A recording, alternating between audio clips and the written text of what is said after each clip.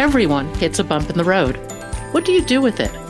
Be inspired as we explore the ways people experience, navigate, and manage the ups and downs and twists and turns in this road trip called life. Welcome to another episode of Bump in the Road. The basic podcast is always free. We also have a premium subscription called Bump 2 that lets you listen in on extended behind-the-scenes conversations with our guests. Check it out at www.bumpintheroad.us. Vincent James is an engineer by training, but his passion lies in music. He tried leaving the security of his career track several times, but couldn't quite make that leap. Until he did. And now he leads a vibrant and growing organization that he and his wife created called keepmusicalive.org, and you won't believe what they're doing. Vincent, welcome to Bump in the Road. If you would, tell us your story. Why, thank you, Pat. It's really great to be here. My story, I'll give you the abridged version because it could be really long. It kind of starts off as a child where I discovered music and playing music, played trombone all through schooling years, marching band, concert band, jazz band. I remember coming home from school in fourth grade asking my parents, I want to learn to play the guitar. My parents said, no, come back with a different instrument. And the next day I came back and said, I want to learn to play drums. And they said, no, even louder. You're not bringing drums into the house. This is before you had electronic drums you could play with headphones.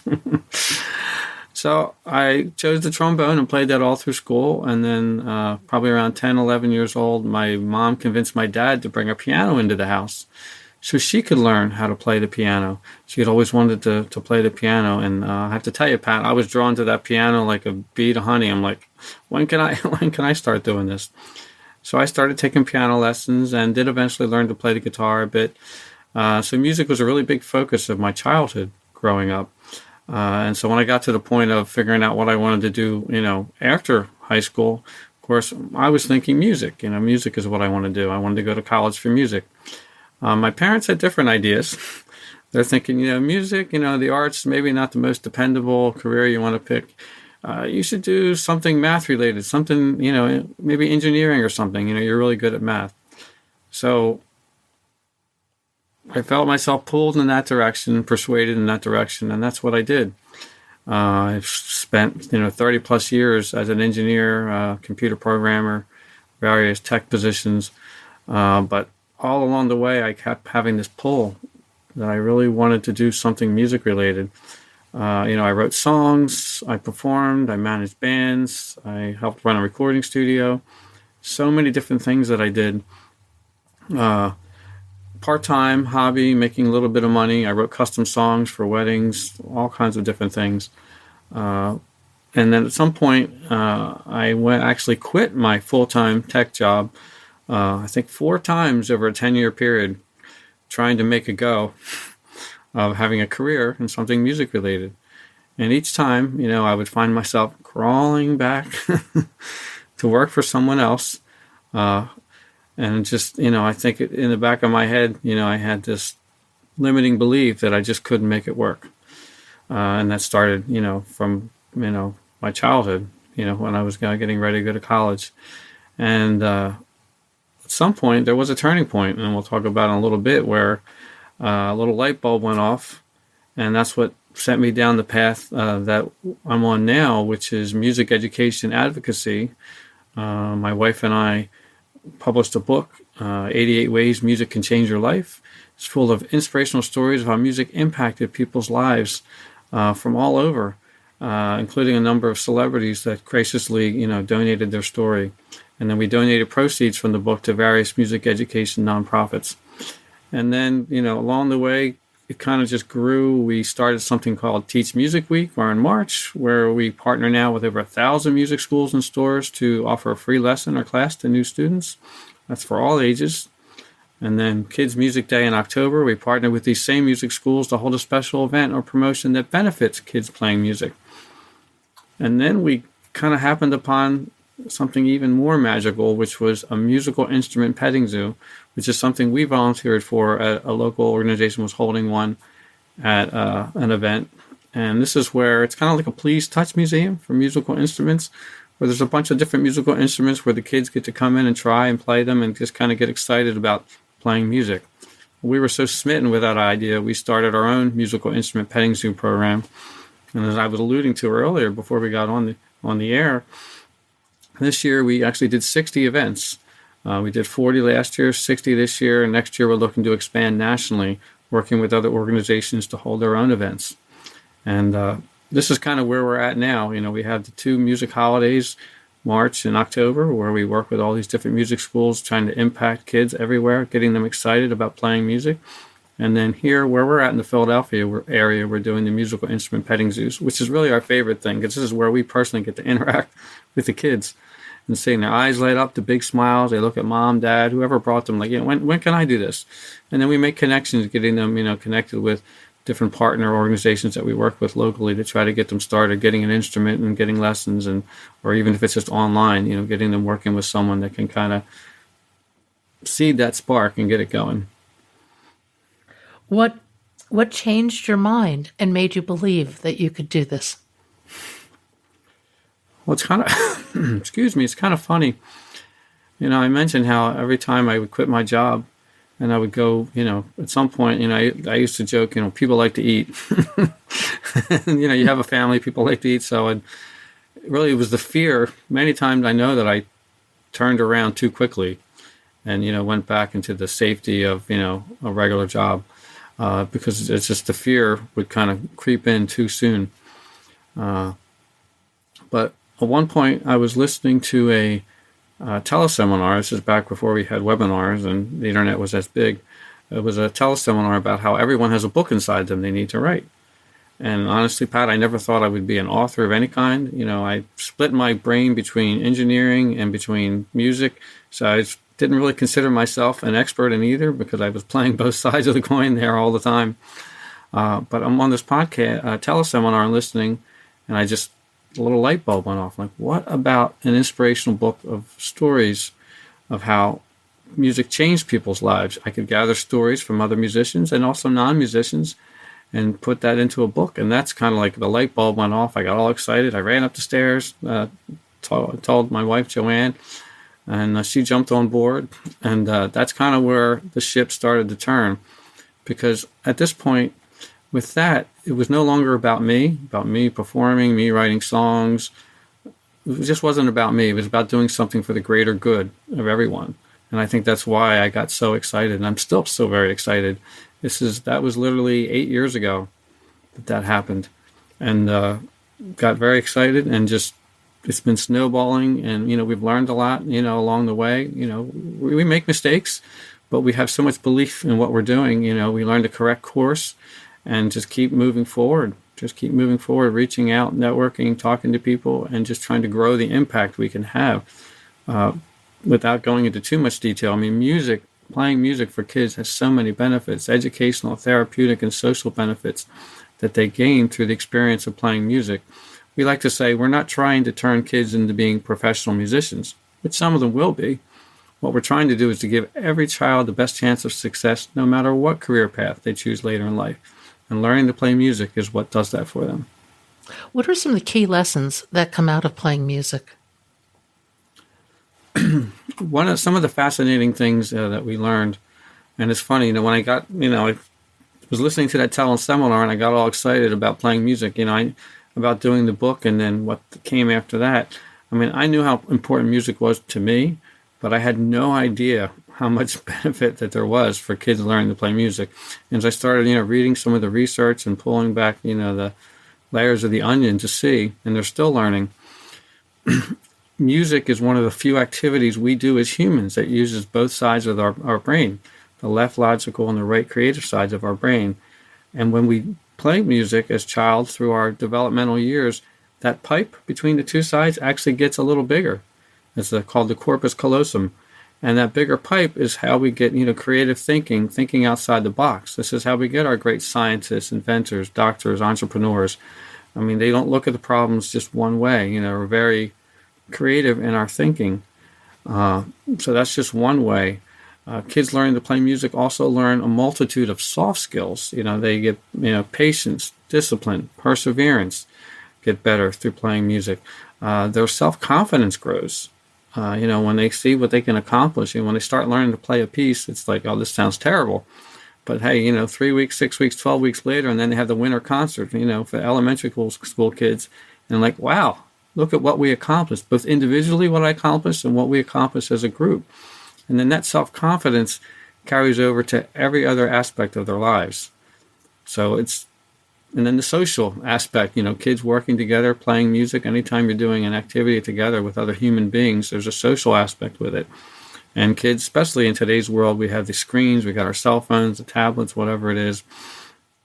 Giving kids the opportunity to do things together in a social environment is very important, for their future and their happiness, because we're social creatures, humans are. And if we're not doing things together with other humans, we're really limiting how happy we can be. I think you bring up a really important point about that left brain, right brain dichotomy, because in society, we're rewarded for for left brain activities, for accomplishment, for degrees, for stuff, Yes.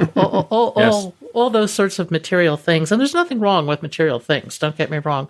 But I think we neglect our right brain, and I think we neglect it to our detriment. Oh, absolutely. Absolutely. Because, where would our society be without culture? We would be robots. And God help us, we don't want to go down that path. When we have the whole artificial intelligence thing happening now, which, there are definitely benefits to that.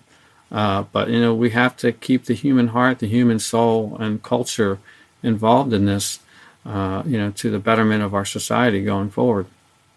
Yeah, no, I agree with you. AI is a mixed blessing in my book. I kind of think of it as a super search vehicle right now.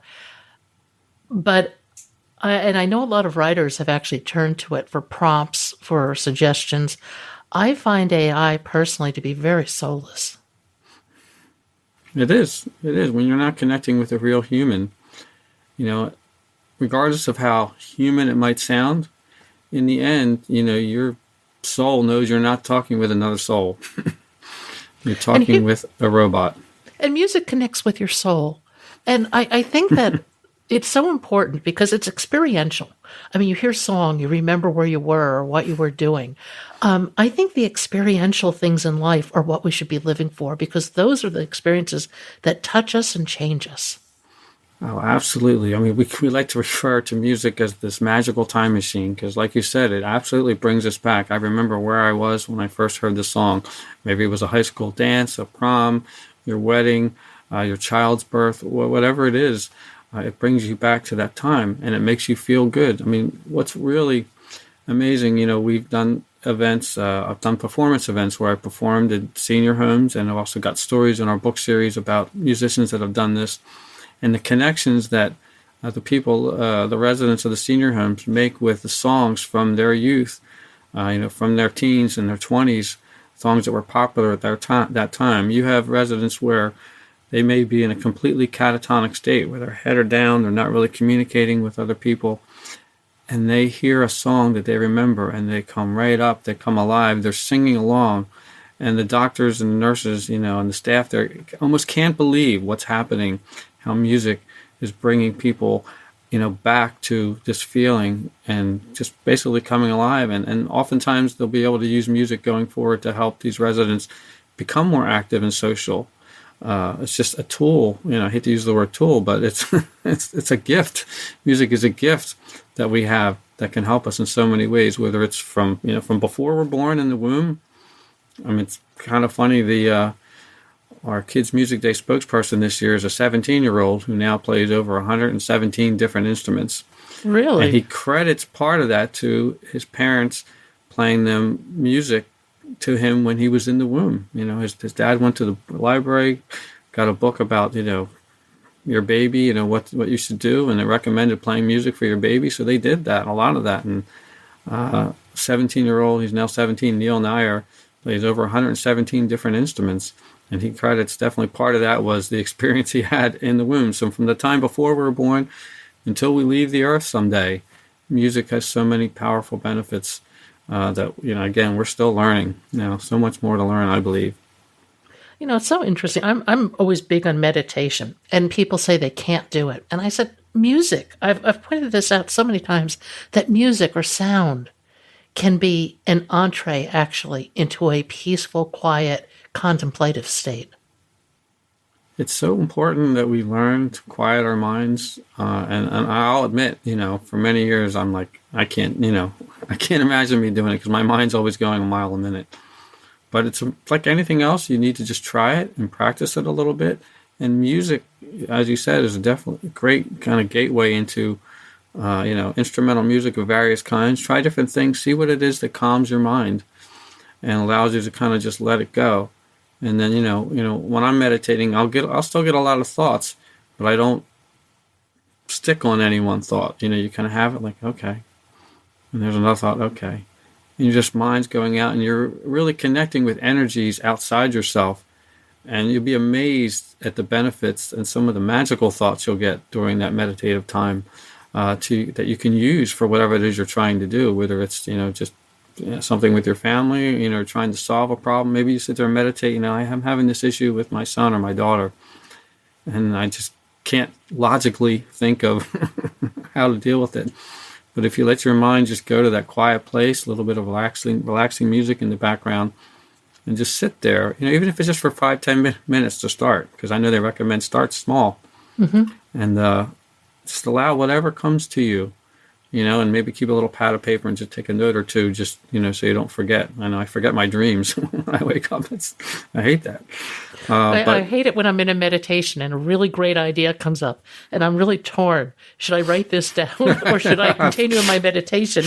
Because if I continue in my meditation, I won't remember this at the end. Yes, I've had that exact experience, and I've gone both ways. Sometimes where I'm like, okay, I'm going to write this down, and sometimes like, oh, I'll remember, and sometimes I do, and sometimes I don't. How did you get into meditation? I think just reading various self-development books, and, talking to mentors and always saying how valuable it is. I'm like, well, finally, I need to stop ignoring this, good elephant in the room and, try it. And I just learned how beneficial it can be. And I don't do it as often as I would like to. I'm trying now to do it like 3-4 days a week, just because I know the benefits. And if you're near like any bodies of water or the ocean or whatever, a river, those are also very nice places to sit and just listen to the water, the waves, or the water coming by, the creek, the river, whatever it is, and use that as the background, for your meditation. Because then you're actually out in nature, out in the real world, and, even one step beyond listening to music, pre-recorded music. You mentioned a book series. What other books have you produced? So the book series is basically called The 88 Ways Music Can Change Your Life. The first book was published in June of 2015, and it was 88 plus ways music can change your life. And the 88 comes from the 88 keys on the piano. Okay. And then the second book was 88 more ways music can change your life. And that was published, I think, in New Year's 2020, or leading into 2021. And each book has over 100 different stories and quotes, inspiring quotes from different musicians, again, some of them celebrities, of how music really impacted their lives. And I know some of these stories, when my wife and I first started reaching out, we reached out for the first book to over, I think, 6,000 musicians individually, asking for, do you have a story, that you'd like to share? And we got some of these stories in, we literally, bring tears to our eyes. Like, that's just really, really powerful. And there's other stories that'll make you laugh or make you like wonder, like, wow, I can't believe that happened, just kind of unbelievable.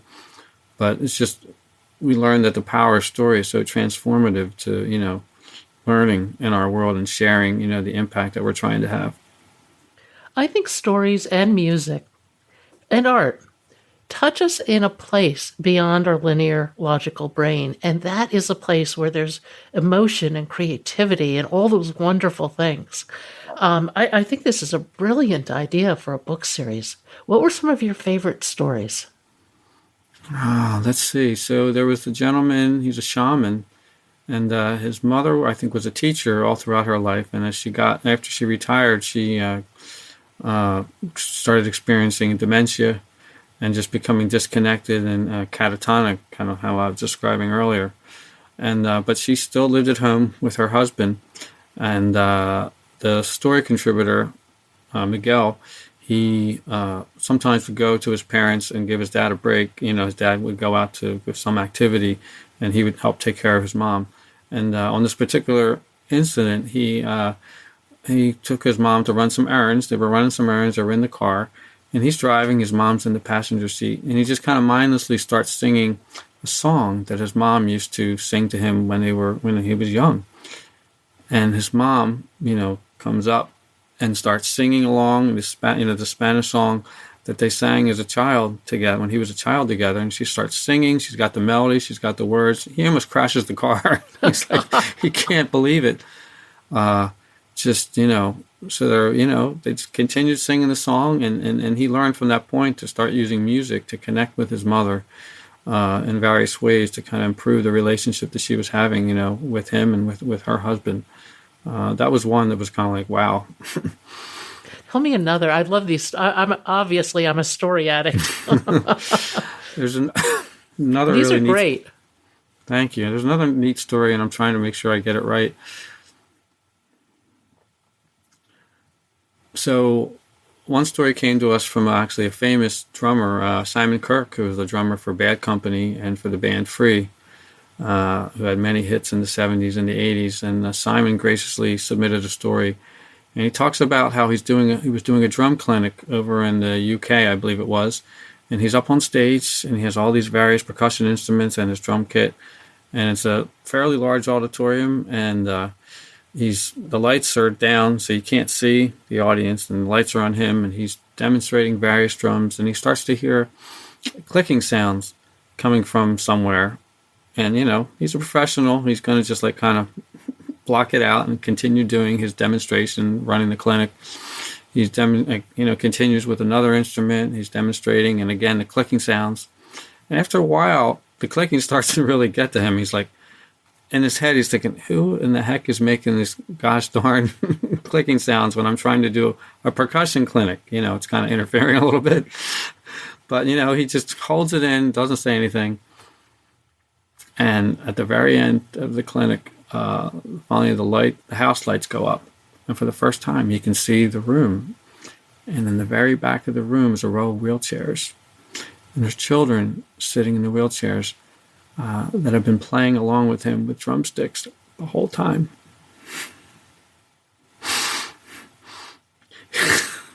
You got me. I get myself every time I tell the story. He jumped down from the stage, he ran to the back, and he kneeled down and shook the hands, of each one of them, saying, thank you so very much for playing with me today. I really appreciate it. And it literally, I'm tearing up. Oh, I am too. It's, books are so interesting. Books can change your life too. Yes, stories and books, so much to learn. So little time. It took a lot of guts to really take off on this artistic tangent after, a secure job as an engineer. When you look back at it all, what are some of the key things you learned from doing this? There are many, but some of the main ones that stick with me, one of them is silence never means no. Meaning, when you're reaching out to someone, asking for help for something, asking them to partner on something, asking to be on an interview, asking for their help, asking for a job, whatever it is, so many times we'll get silence back, no response. And when that happens, we tell ourselves a story in our head of why they're not responding. And in truth, we have no idea why they're responding. So, I like to say silence never means no. I mean, the story I'll tell about that, for many years, for a while, we had reached out to, as I mentioned, celebrities for the book series.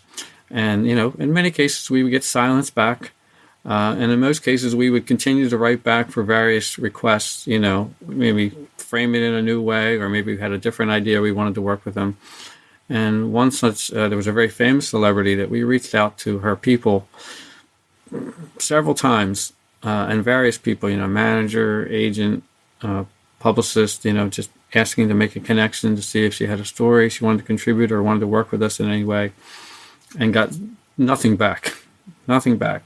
But we didn't stop connecting with them. Because they never told us to go away. That's my test. Until they tell you to go away, try back a couple months later, pitch something else. You just never really know because you don't know what they're going through. The email, they may have never seen it. They may have been distracted, when they were in the middle of reading it. They may have been sick. They may have been on vacation, other priorities. You have no idea why they didn't respond. So one day, we've been sending out a bunch of emails about a new initiative we were doing. And literally, I think it was 2 days later, we just got up one morning. My wife got an email back. Julie Andrews would love to be a Kids Music Day ambassador. Wow. We literally fell, just, oh my gosh, we just couldn't believe it. And that was something that started the domino effect of many other celebrities saying yes, because once we could tell them that, Julie Andrews was participating as a Kids Music Day ambassador, it made it so much easier for, the teams of, the managers, publicists, and agents of other celebrities to actually pass along the question to their client to see. Because in many cases, they're acting as the gatekeeper. Yeah. And, they're not even going to ask the question. They're just going to say no. Well, no is safe. No is the safe answer. Other lessons we learned was the power of connecting with people, networking, working with other nonprofit and for-profit organizations. Just so many. I'm an introvert by nature. I mean, performing on stage, if I'm behind a keyboard and I'm singing, I'm okay. But once I started talking to people, it was a lot more difficult for me. But I've learned just through practice to get better at it and do what Jack Canfield likes to call become a situational extrovert, where you can come outside your shell. So I've learned the power of connecting with people, both in person, on the phone, and virtually. I've learned to feel the fear and do it anyway. What? Don't worry about what's going to happen. Detach yourself from the outcome. Okay, think positive. Whatever could happen. And because many times, our greatest success, I'd like to say, falls just outside our comfort zone that we've all created, this bubble of safeness. And really, it's I've learned that it's our ego protecting us from going outside. We're trying to keep ourselves safe. We want to feel good. We don't want to have potential negative reactions. So we stay in this little bubble. But, if we're on this journey, whatever it is in your life, you're trying to succeed at something, or if you just want to be happy in life, you can't always play it safe. Sometimes you have to try that something new. Try that new dish at the restaurant. Try talking to somebody new, where you're out somewhere. Just try different things. And don't be afraid, because you just never know the magic that you're going to discover along the way when you try. If you could rewrite your story, would you? That's a very interesting question, Pat. It's impossible, so there's no wrong answer. Yeah. There are parts of me that say, I wish I had chosen the music path right out of high school and just followed that and see where it went. But would I have ended up where I'm at now, with the happy life I have with my wife and the kids that I have now? Would I have been able to help create, what we're creating now with Keep Music Alive, Teach Music Week, Kids Music Day, and the Instrument Petting Zoo program? It's hard for me to imagine that something would have been better than all this. So I'd have to say no.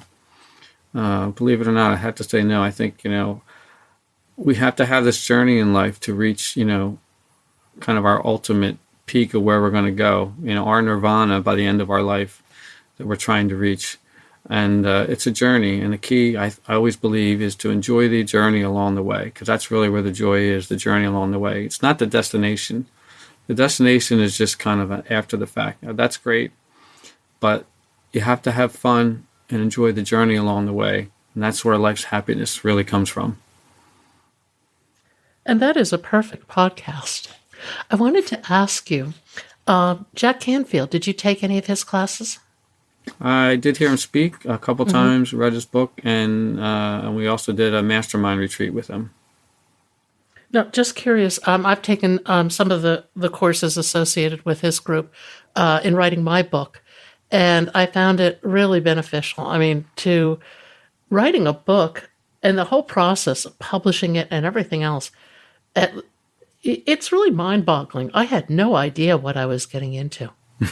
Yeah, yeah. First, You're laughing same, with me, not at me. I yeah, can same tell. here. I had no idea, but when you have purpose, like you have a very powerful purpose as well of what you're sharing about and through your life's experiences and why it's so important to you. When you have that why, that purpose is when you can overcome any adversity. Challenges are going to come up, but you're like, I'm going to figure it out. Somebody else has figured it out. I'll go ask 2 people, 5 people, 10 people, whatever it takes, and I'll get over that hump and keep moving. Or come up with a creative solution. Yes. Yeah. And sometimes it's like the meditation is like, oh, well, actually, I could just do it this way, and that's a lot easier. Why didn't I think of that a week ago? Well, and sometimes, too, the notion, you brought this up, it's such a great point, is if you're not attached to the outcome and you stay emotionally and practically invested in the things that have to get done, in that drive, it may just take you some places you don't expect. That's absolutely right. I mean, some of my favorite books are Jack's The Success Principles, which you're probably familiar with, and a book I'm reading now called The One Thing. I haven't read that. Yeah, focusing on the one thing. What's the most important thing I can do today that will make where I'm trying to go either easier or not even necessary, make the next step not even necessary, potentially. We're always making things harder for ourselves as humans. And I'm finding it a very powerful book. I don't have it here right now, but it's The One Thing. I'll check that out. It's pretty well read. Thank you for listening. I hope you'll support this podcast by becoming a Bump 2 subscriber. Buy us a cup of coffee. It's your support that makes this podcast and website possible. I hope you found something in today's podcast that inspires you along your own life's path, because sometimes a bump in the road is actually a portal into a more conscious and meaningful life.